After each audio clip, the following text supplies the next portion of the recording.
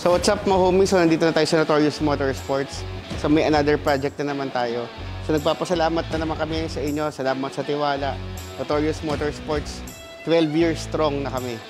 So 12 years na po kami gumagawa ng mga exhaust. So papakilala ko po sa inyo si Sir Rodel. Sir Rodel, saan pa kayo galing Sir Rodel? Diyan lang sa may San Antonio, Valley 5. Valley 5. So from Parañaque rin, no? Parañaque. Okay. So saan nyo nakita tong ano sir? Sa Facebook din. Sa Facebook. Okay. So sir, ano bang pinagawa nyo?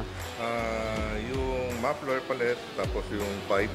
Exhaust system. Exosystem. Yung headers, di pa natin ginalaw. Hindi pa. Yung- Popondo muna tayo. Pupondo muna tayo, Tapos okay. yung air intake. Air intake. O, sige sir. Pakita ko lang sir muna yung pinagawa nyo. Okay. Okay.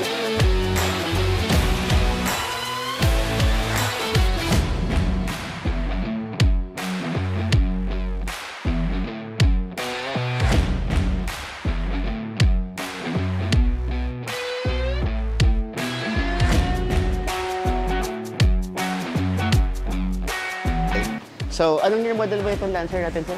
Anong year model? 2004. 2004. So, ito yung ginawa natin. 2004 na Lancer. Tapos, ilagyan natin siya ng chambered na muffler, ready. Dahil gusto ni boss, hindi masyado maingay. Tapos, base lang yung tunog.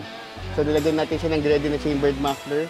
Laser cut flanges para madaling tanggalin yung exhaust at madaling ikabit pag kailangan i-repair. Tapos, ito, 304 stainless. Siyempre, nilagyan natin ng resonator, tapos nakakabit pa rin yung mga sensor niya. So, itong exhaust package na to, ito yung ginawa natin. So, ngayon, pakinggan natin kung ano magiging tunog niya.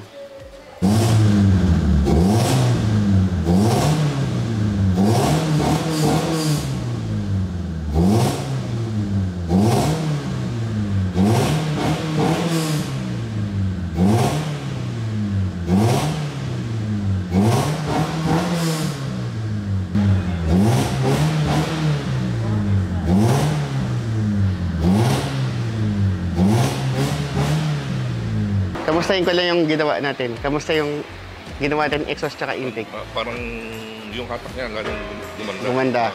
So, yung tunog, sir, na kuha naman natin. Sakto lang yung tunog. Hindi naman maingay, pero may ingay ng konti. Satisfied naman, sir? Yes. Okay, yun ang importante, satisfied. Okay, sir. Thank you, sir.